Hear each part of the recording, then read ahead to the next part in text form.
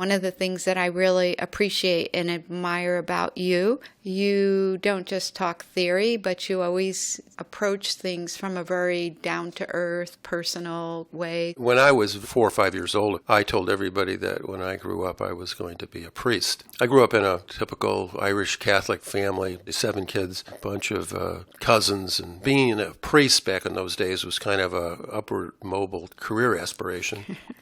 And there were significant priests in my life. They were wonderful storytellers. They were funny. They did it in a way you almost didn't notice how they got the point across. It wasn't didactic, highly intellectual kind of preaching. It was just speaking to you as if you were sitting across the table from them. So I actually went into the seminary for a while. I went to a high school seminary and a year of college before I left. I left right around the time of the Civil Rights Movement and Vatican II changes, and spent the summer with the sister of one of my seminary classmates, and decided that maybe it wasn't such a good idea to go off and be a celibate priest for the rest of my life. So I ended up leaving and going to college, got drafted, went in the Army. When I came out of the Army, I thought, well, maybe I'll be a teacher. But after 1 year of being a teacher, I realized that was the hardest and least paid job on earth. And so decided I'm going to go back to school and get a master's degree in social work so I can be a family therapist.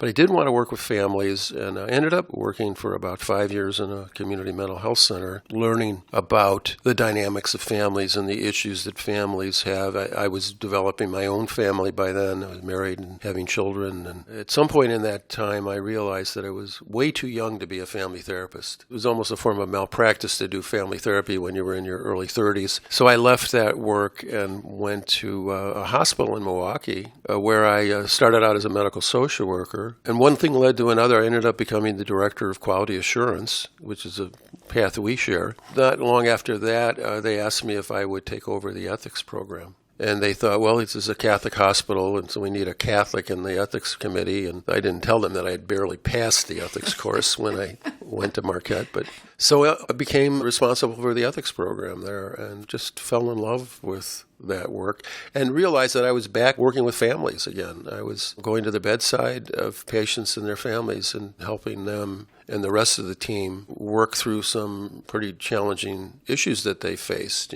whether to take grandma off of a ventilator, whether to make decisions for someone who could no longer make them for themselves. It just became a real reason for getting up and going to work every day. So your career has been very varied as well, which adds to the richness of your legacy. It's been, for the most part, a very blessed journey. I started doing the physician work, physician retreats, and physician well-being and spirituality. Over the years, I've done a lot of work with physicians and nurses, for that matter, and social workers and chaplains, other direct caregivers. The level of suffering is sometimes so great that they're committing suicide. So suicide rate amongst physicians, and particularly women physicians, it's just awful. We have programs that we're beginning to develop that try to help with that. And the healthcare organizations that we live in and work in today aren't good for caregivers. A lot of depression, a lot of compassion fatigue and burnout. Some of it is the nature of the work. It's hard to be present to suffering and to do the complicated work that we ask people to do, and to do it every single minute of every single workday. And, to go from one situation where someone is dying to another situation where someone is dying to another situation, it's hard on people if they don't have a chance to step back and replenish. And we've designed the organizations today to be very much about productivity and generating revenue, and don't think we've done a good enough job taking care of our canaries. Mm-hmm. By changing the nature of the coal mine. Right. I think that's a really vivid analogy. Yeah, and help people find what really is the source of meaning that isn't going to fade away or be lost. I do think that finding meaning in our work, that really helps reduce burnout. Have you heard that? Yes, it has. I think one of the major sources of meaning is service. But if service is also a source of burnout, we're taking away that source of meaning. One of the questions I ask for physicians when I do these retreats is, what was it that motivated you to become a physician? And they'll give all these stories about caring for people and the science and the challenges of difficult problems and colleagues appreciating them and patients appreciating them. And I've heard these same responses for 20, 25 years. And then you ask them, well, what sustains that meaning and purpose? And they'll describe working shoulder to shoulder with other colleagues taking care of people. And if you ask them, well, what gets in the way of that? They'll talk about never being able to talk to their colleagues,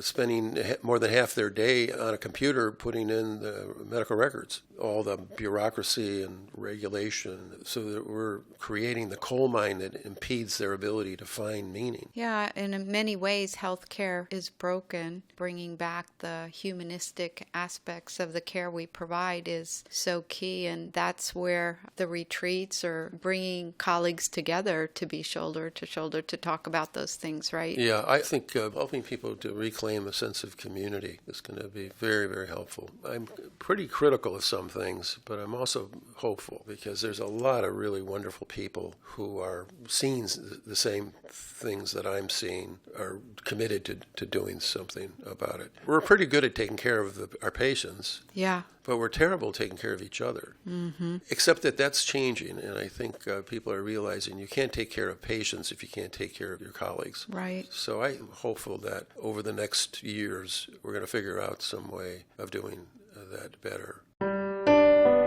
I just want to say how much I've enjoyed working with you, Dan, and you're one of the greats of the greats, you know? Thank you, Liz. Appreciate you saying that. For coming from you, that's a real compliment. Thank you.